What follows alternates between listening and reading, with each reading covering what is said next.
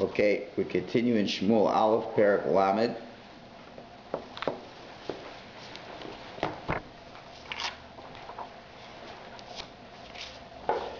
We're on Pasuk Chaf Hey. So after David returns from defeating the Amalekim, who had captured everything from the city of Tziklag and many other cities. So we ended off yesterday's class by saying how David divided up the spoils amongst not only the people who were fighting the battle with him, but also the people who stayed behind, who were watching the supplies and other things like that. So we did Chafei, but let's just repeat it again because there's a very interesting Malbim on this and a couple other things. And it was from that day Vamala, which I will not translate the word Vamala, well, it would simply translate as onward, but we'll see. And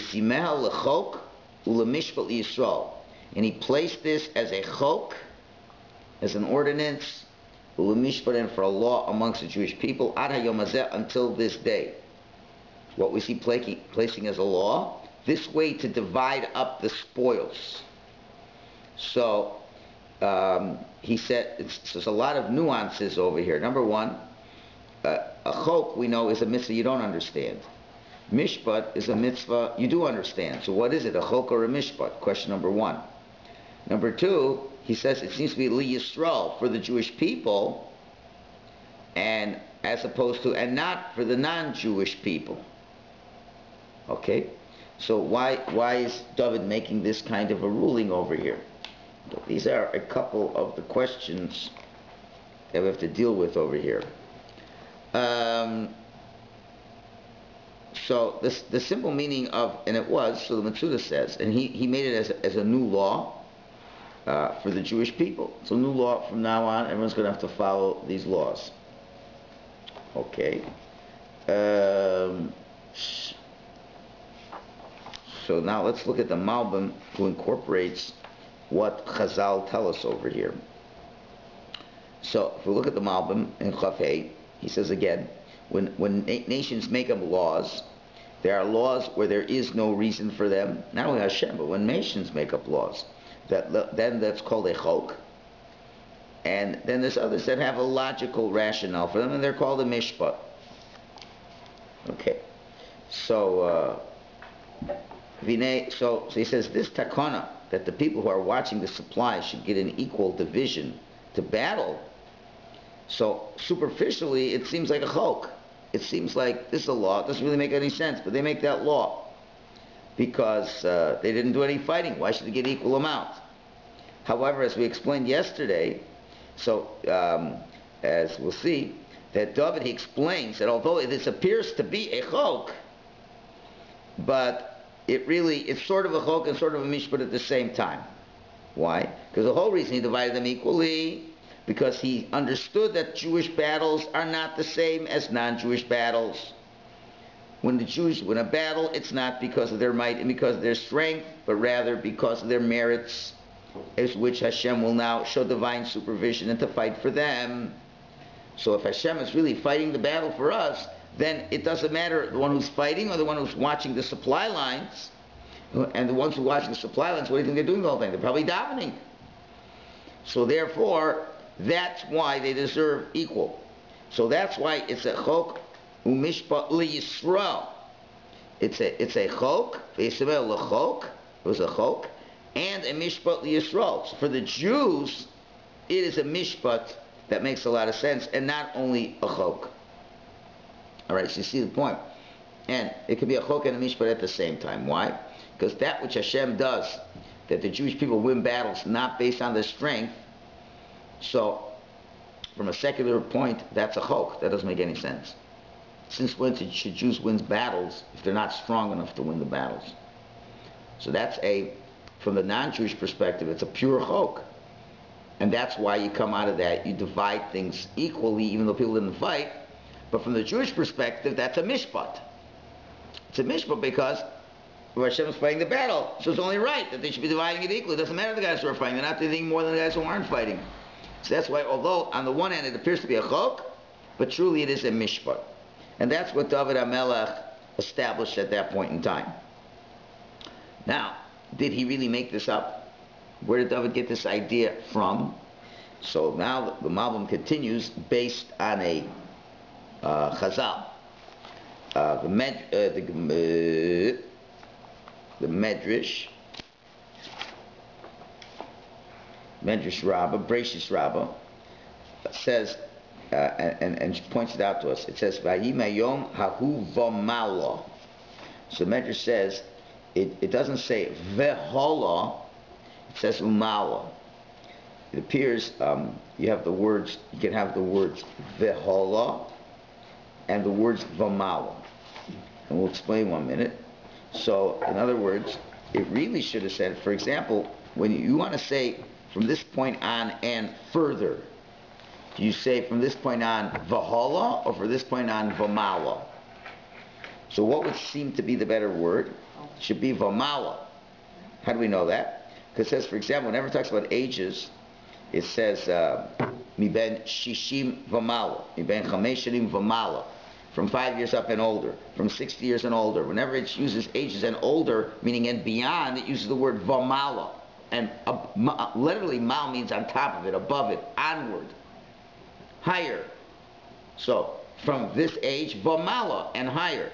So really, it should have said, David made this law, meyomahu, from this day on. I'm sorry, I don't want to mix this up over here. Umala. So whenever it says v'mala, it's including the time before that and then onward. So even let's say miben chameshim v'mala ben shishim v'mala. So every year that's after 60, it's lamala from that mispar, from that number. Okay.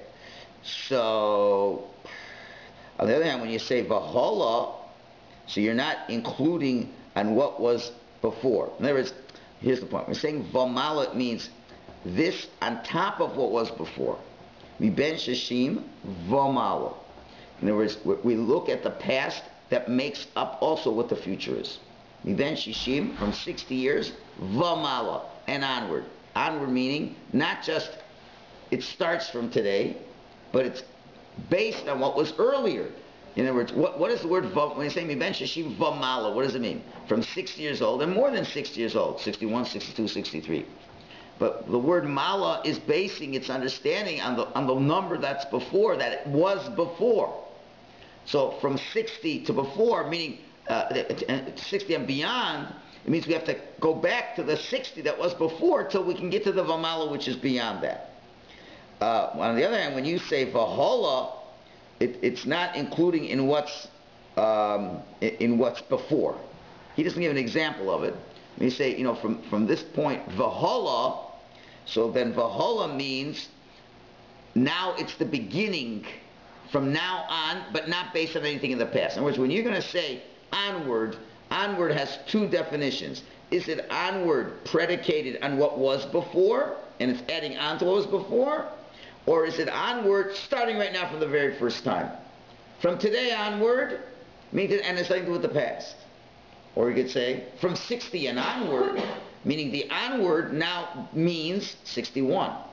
I could say from today onward, meaning we're starting, today is day one. Today is day one. And it's nothing to do with yesterday making what today is. You understand? That's v'mala. When the Torah says mi ben shishim v'mala, what does v'mala mean? 61, 62, 63. Why does it have that number? Because it's based on what was before. Mala, on top of what already was, now this is what it is. When you say v'hola, hola means onward, in and of itself, this is the beginning time. From now on, has nothing to do with what was before. It's not adding on to us, it's something brand new from now. Why did he use 60? What happened? Those are the examples in the Torah use. He's just using examples that we already have in the Torah. Oh, okay. Torah tells us from this age, v'hola. Oh, okay. It doesn't say from this age, v'mala. I'm sorry, it says from this age, v'mala, and not from this age, v'hola. Why would it say v'hola? Because v'hola means starting now, has nothing to do with the past. And you can't say that when you're saying 60 and older, because older is based on the 60 plus, the older. That means v'mala and v'hola. But there's no reason for 60. No, he's just giving us examples. Yeah. When the Torah uses ages, it always says from this age, v'mala. So now really, what would have been the better word over here? It should have said ve'hahi ve'hayomahu v'hola. From this day onward. Onward having nothing to do with the past. This is the first day he's instituting it. Today, in this year of King David's reign, is the first day they're making this rule. This rule never was before. He's making a new rule right now. So from today, v'hola, starting now. Should have said that, but that's not what it said, v'mala. Therefore, it must mean that really David is making this on top of something that already previously existed. Mm-hmm. So when did this previously exist? And that's the basis of the Medrash Rabbah that says when Abraham conquered the 4 kings to get back the loot from stone. So David, when the king of stone says, I'm going to give you all the loot and everything, he says, no, I don't want it. Just what my young lads who went to battle with me will get. And also he divided some of that amongst them and also his compatriots, Oner, Eshcol, and Mamre. When Avram had to run and fight against the 4 kings, he needed someone to watch his stuff, that it wouldn't be looted. He needed someone to watch his supplies, and that was Onan, and Eshcol, who were his compatriots, who were Bali priests. And we learn over there that at that time Avram instituted that it gets divided up equally. So therefore, David didn't make it up himself for the first time. He reinstituted something that's already in Jewish consciousness from the times of Avram Avinu. And I guess this may have been the first time where we had people watching the supply lines. Maybe.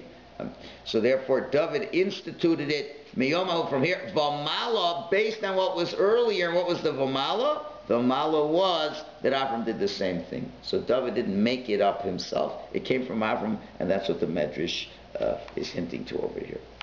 So now, the Musar Hanavim explains what's the logic for this. So he adds one more point, which I already said, but he says, really, it doesn't make any sense. Why, if you defeat somebody, are you allowed to take their loot? Aren't you a ganef? Go to battle against somebody, you destroy them. Okay, you went to battle against them. Well, right, you have to take their money. Well, they're dead. So what, they're dead? But it's not yours. You have to go to battle, you have to go away. You have to have a war, for whatever reason you have to have a war. But why do you have to take their stuff? Not ownerless? What? Not ownerless? Yeah, well, I don't know. There could be maybe other relatives, whatever. Relatives. But it's still not yours. It's clearly not yours. Well, you want to technically say, well, since nobody's alive from this country, it doesn't belong to anybody, you're allowed to pick it up.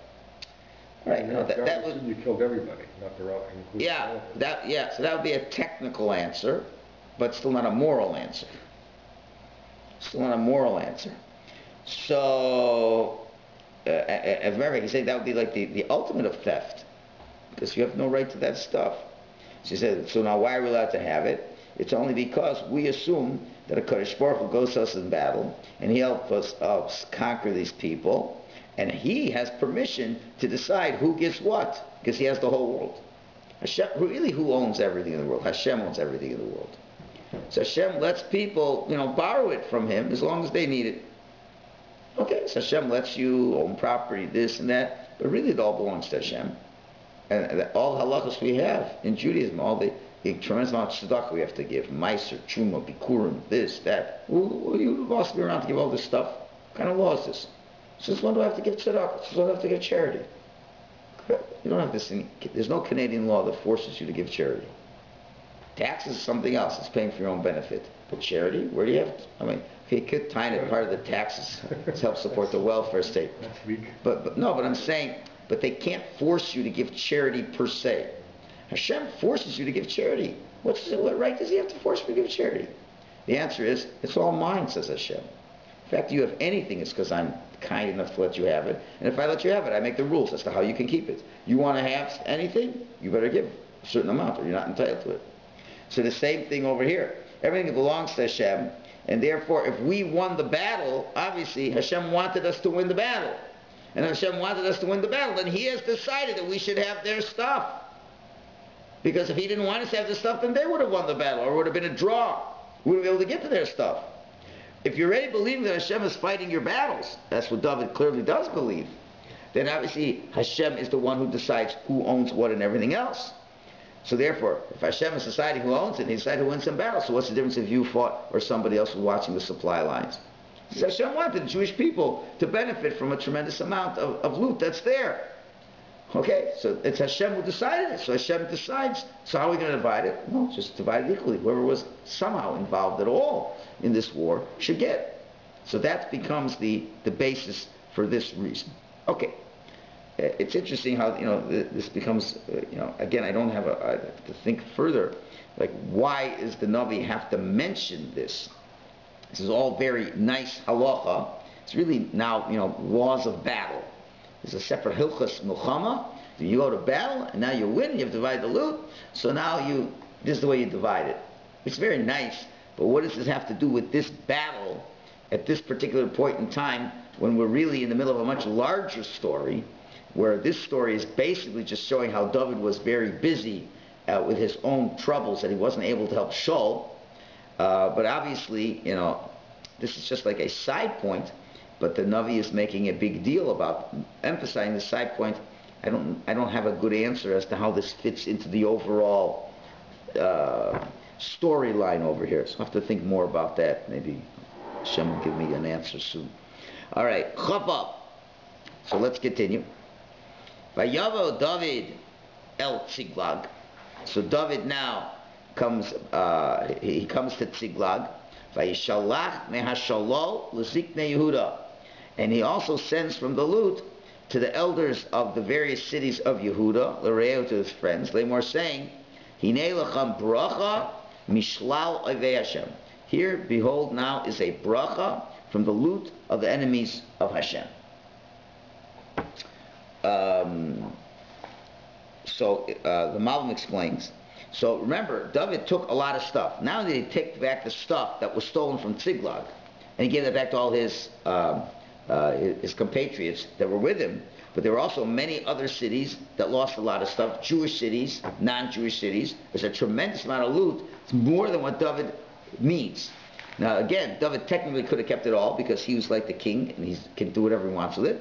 But David chooses to do something very nice. And what does he do? Since he collected lots of spoils, so he wanted to give it back to many of the cities that were pillaged. And then I don't have to give it back to you. He gave it back, and we see he gave back to a number of places. And the Yalkut Shimoni explains that this is based on what King David himself says in Tehillim. He says, "Ves Yirei Hashem Yichabed," and the ones who fear Hashem should be honored.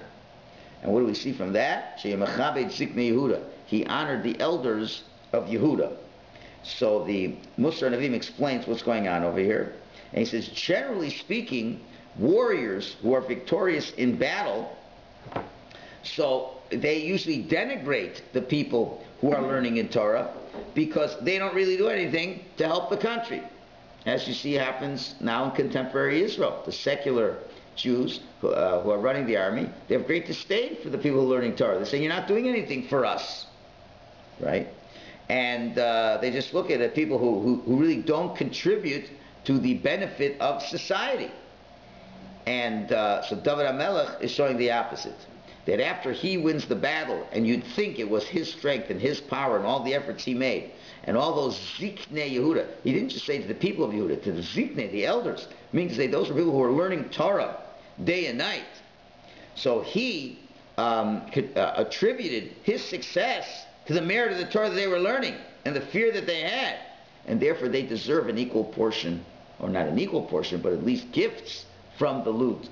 So David HaMelech understood a number of things, and this is what all good Jewish military people should learn from David HaMelech. There was no greater successful warrior for the Jewish people, a soldier, a general, than David. So we should learn from David what he did. So after the great success, first of all, people on supply lines get an equal share, and also the people who are studying Torah, because David understands that he has to have merits beyond himself. It's for Klal Yisrael, and there have to be people in Klal Yisrael who are learning Torah. Though they are doing their job to enable the soldiers to be victorious. So when he comes back from battle, he now generously gives them from what he can to all the elders, and this becomes a clear model. Now I think perhaps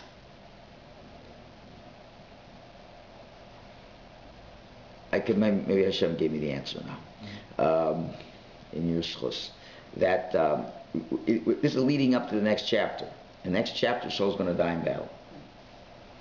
All right, now why he's going to die in battle? So primarily, because of the sin with Amalek. Although we're going to see there's a lot of sins, but at the end of the day, why does he really die? I mean, he didn't have to. He would have done tshuva, etc., etc. But when you boil it down, him not wiping out Amalek was the reason why he died. And that he's going to die in a very horrific way. It's coming up.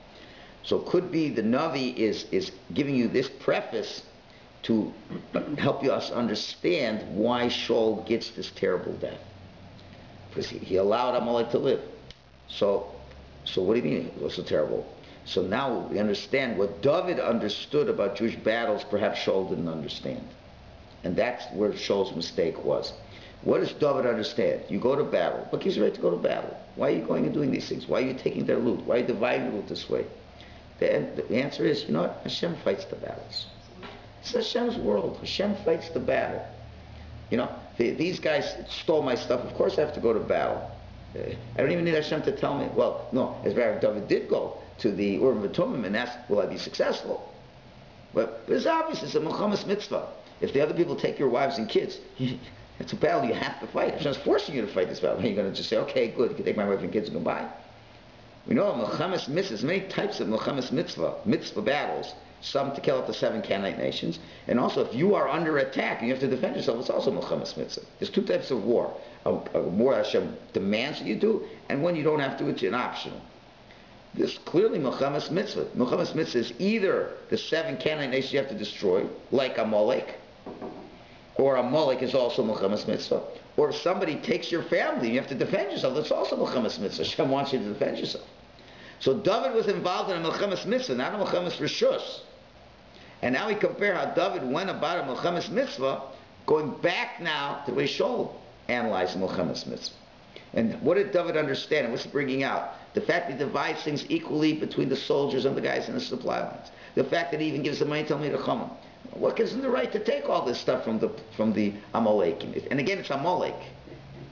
David's fighting Amalek too. Okay? And David understands how to fight against Amalek. He understands, I'm fighting against Amalek, it's the Ratzon Hashem that I should kill them. It's the Ratzon Hashem I give their savat. And because he understands it's all the Ratzon Hashem, he doesn't say, I'm going to take everything for myself because I'm the king and I'm the warrior and I'm only going to share with the guys who fought with me. But it's Hashem's world and he decides what is to be done and who gets what and when they get what. And David understood this so clearly before he went to battle, and even after the battle, where he could have been arrogant and said, what do I need the rabbis for? What do I need this for? I'm just myself. No, he understood it's only Hashem.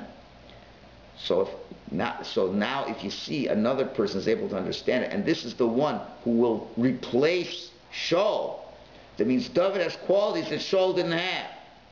And Shaul should realize when Hashem tells you to go to battle to kill Amalek, it's Hashem's world.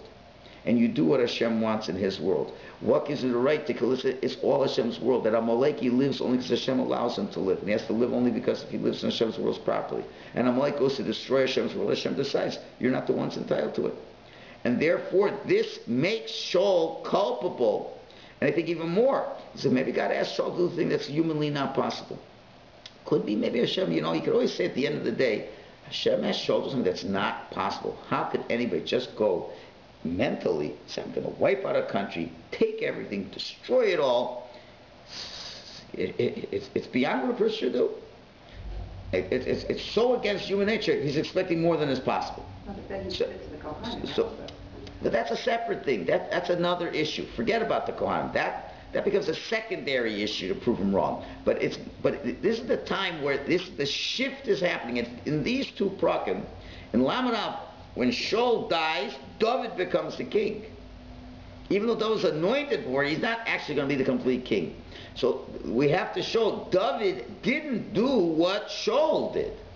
And at the very time that Shaul is dying and losing his Malucha, David is doing exactly what should have been done to begin with. And that's why this transition is happening exactly at this point in time.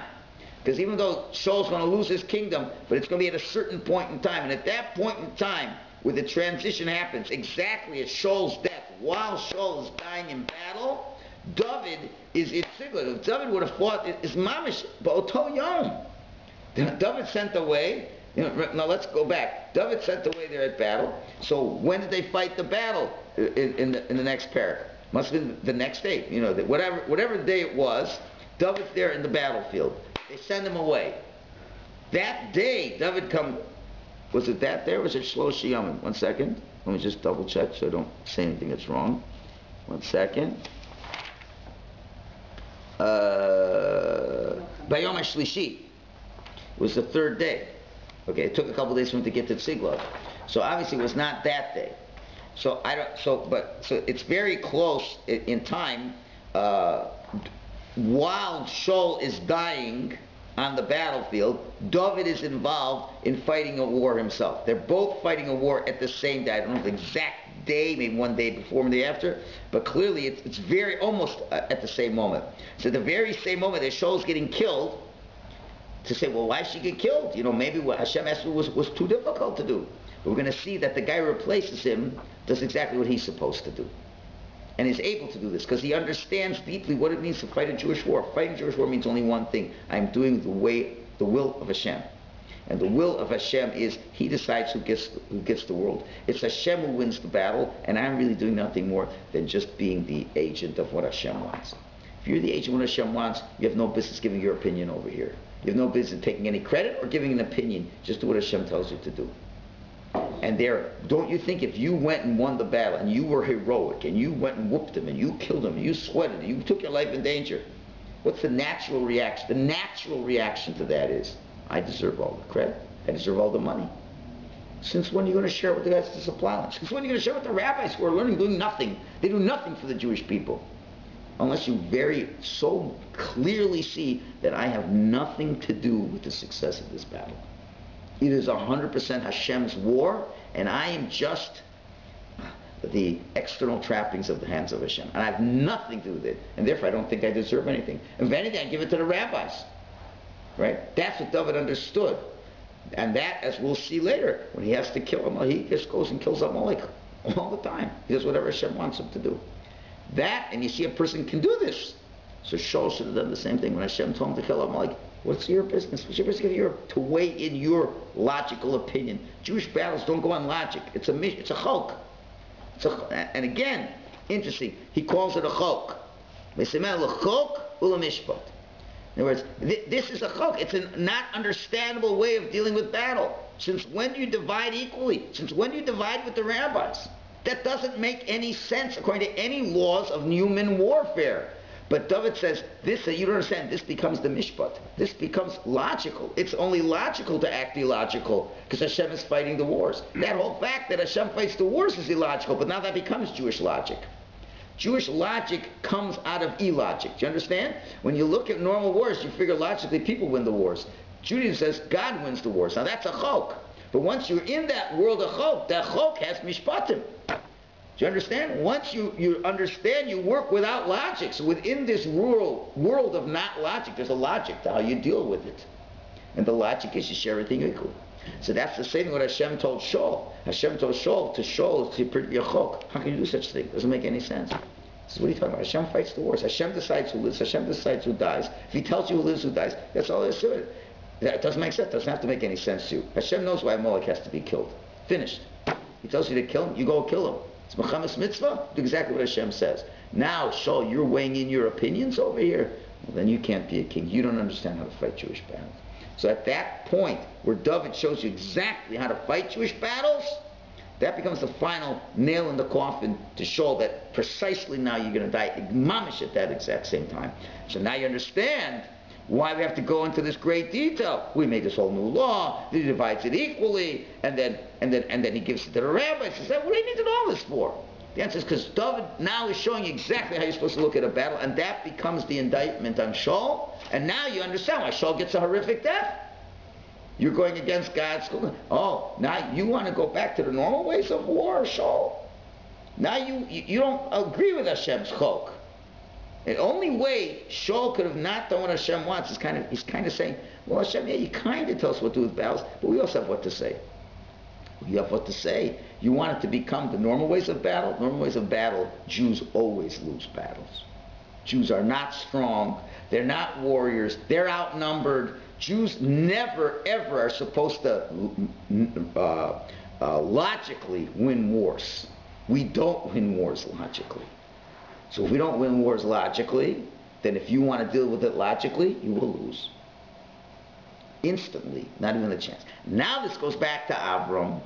So now where do you now so don't you have to have a lot of bitachon to fight wars this way? This is a tremendous amount of bitachon demanded from you. So where does David get this bitachon from? Well, from nowhere. It's an inheritance from his father, his great grandfather Avram Avinu.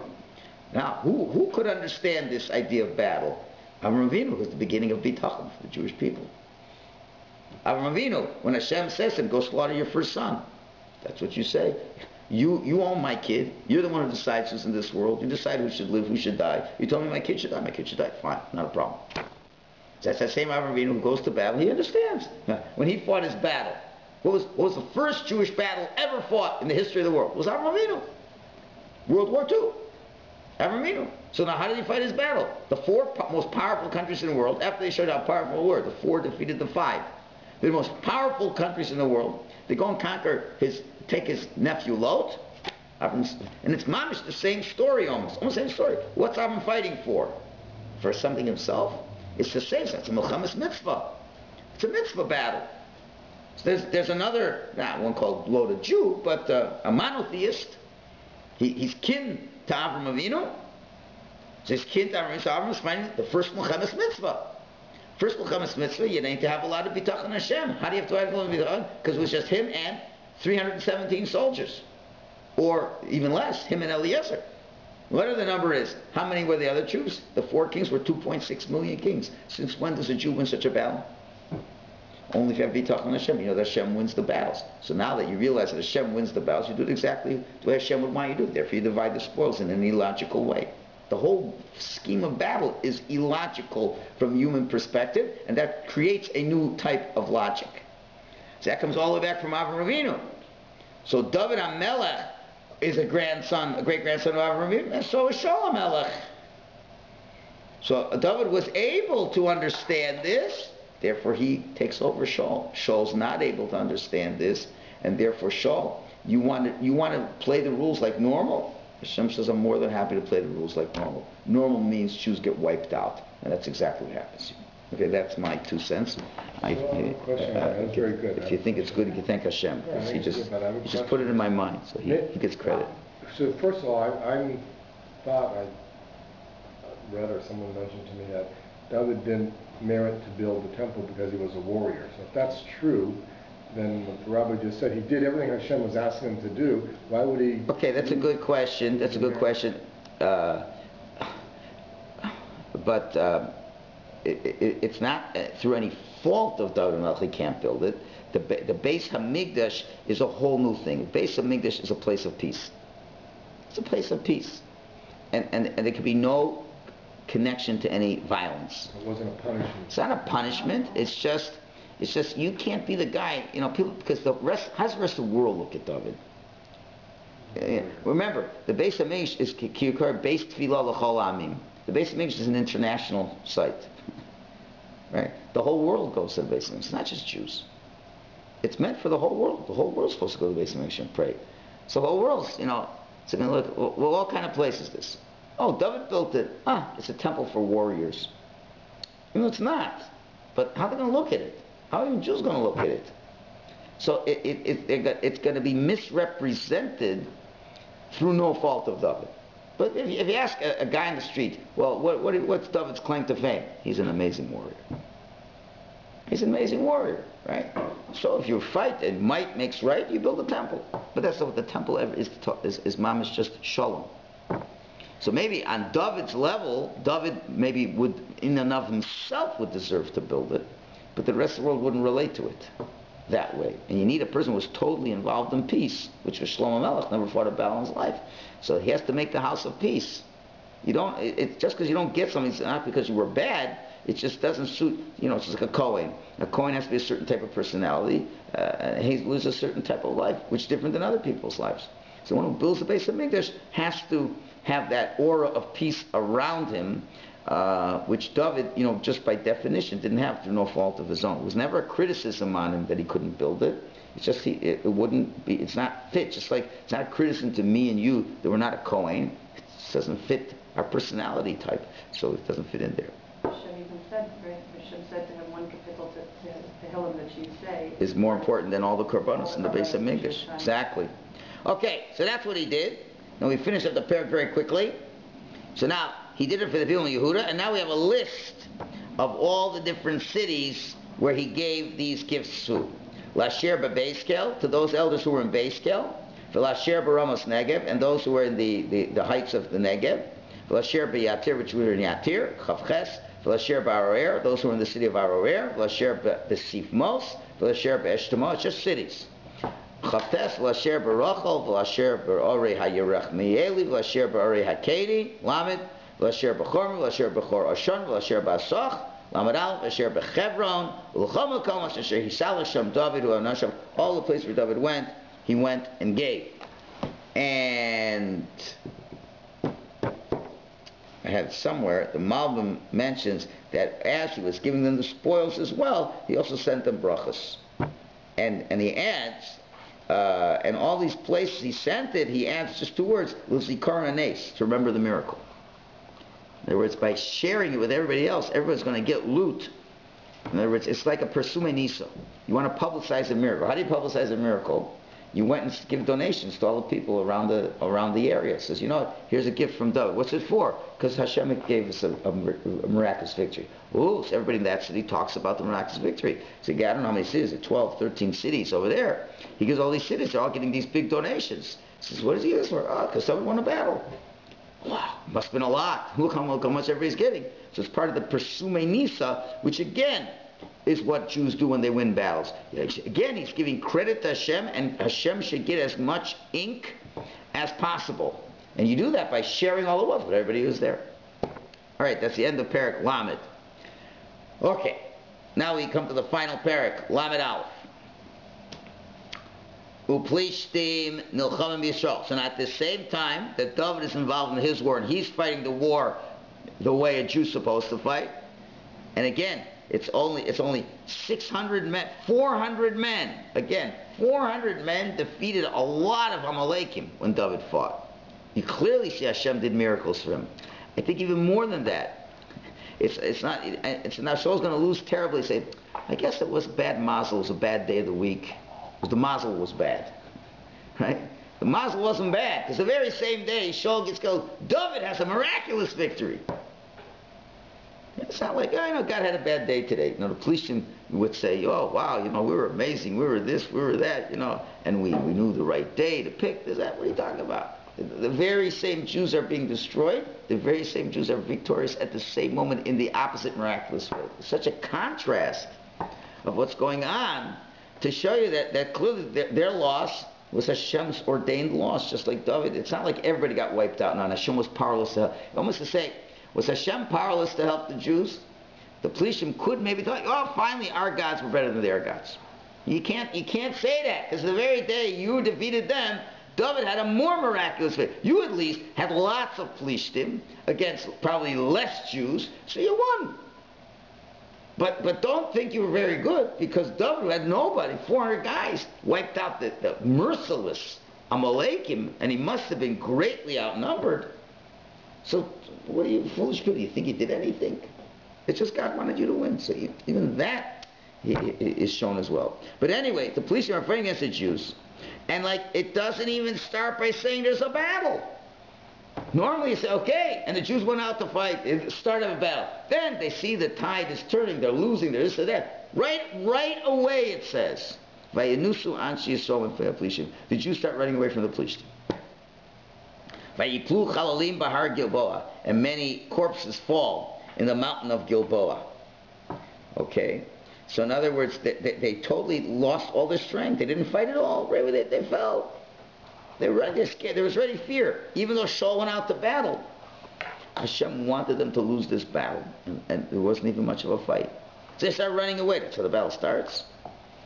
Beis vayad b'ku plishtim es Shaul v'esponov, and Shaul caught, the plishtim caught up to Shaul and his sons. Vayaku plishtim es Yonasan v'Avinadav es Malkishua b'nei Shaul, and the plishtim killed Yonasan, Avinadav, and Malkishua, the sons of Shaul, in the very beginning of the battle. Now, obviously, who did they not catch up to? Even though it says vayad beku, doesn't say vayasigu.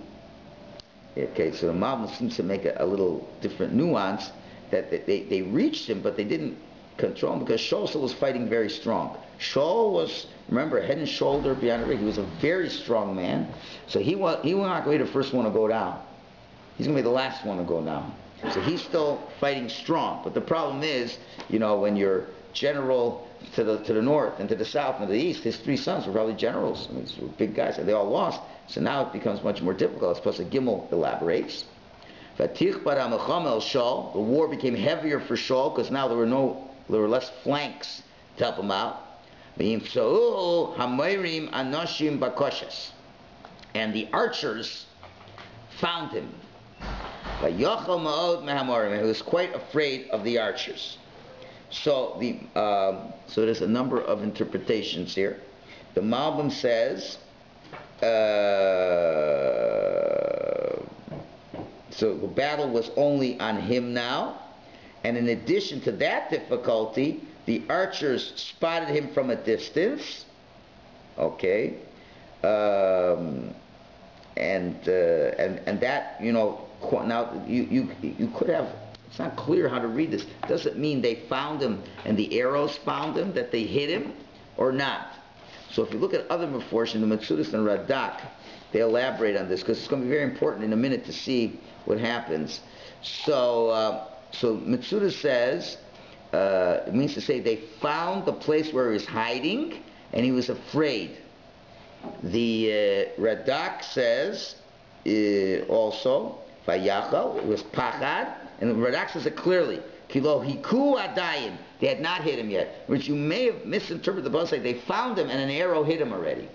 When you say the archers found him, it can mean one of the arrows hit him, and they gave him a mortal blow. From the Meforshim that I'm seeing, it doesn't seem that they hit him yet. Okay, but they found him. They spotted him where he is. I'm not sure what the Mal means. He says, and he also became sick from the chitzim. I'm not exactly sure if he's saying one hit him or not. Could be he was afraid. It's not clear. Maybe it's machlokas. It's not clear. The Radak says it clearly that they didn't get him yet. Clearly. The Malbim, it's hard for me to understand what he's saying. That he's saying, "V'gam shegam huchla al chitzim." He became sick from the chitzim. Maybe weakened. I'm not sure. But clearly he's still pretty much alive. At least according to the Radak, he's pretty much alive. I don't know what your English commentary has to say on this verse. If they found him. So it says that there's a machlokas. It's a machlokas? So the Malbim says that one of the arrows hit him? Doesn't say this one. Maybe from the Malbim would appear that so it's not clear. Did he actually get hit or did he not get hit? What does vayachel mean? What is vayachel? The word vayachel. So it means he was afraid. Right. That's how. Vayachel chilchol pachad. He was afraid. Right. Well, he obviously be afraid. The archers are there. That means they can hit me easy. But the Malbim explains vayachel. Maybe they got sick. Huchla, but maybe it was a sickness of fear. Does your commentator say that he got hit by an arrow? No, but it says that he was afraid that he'd be. Well, no, he'd be wounded but remain alive, and then they would. Right, but it doesn't seem he got hit. I don't know if any. Does your English say there's a machlokas that he got hit? Does anybody say he got injured? I'm not sure. It doesn't seem he got injured. He's afraid. He's afraid, that's They what. found him and he's afraid. Yeah. So now, that brings us to Pasuk Daled. And there's a lot of discussion now in Pasuk Daled. Daled is a very controversial Pasuk. And many, many things come out of this. The whole story of Masada really revolves around this next Pasuk over here. And it's a time to end. So it's a good place. Tomorrow, God willing,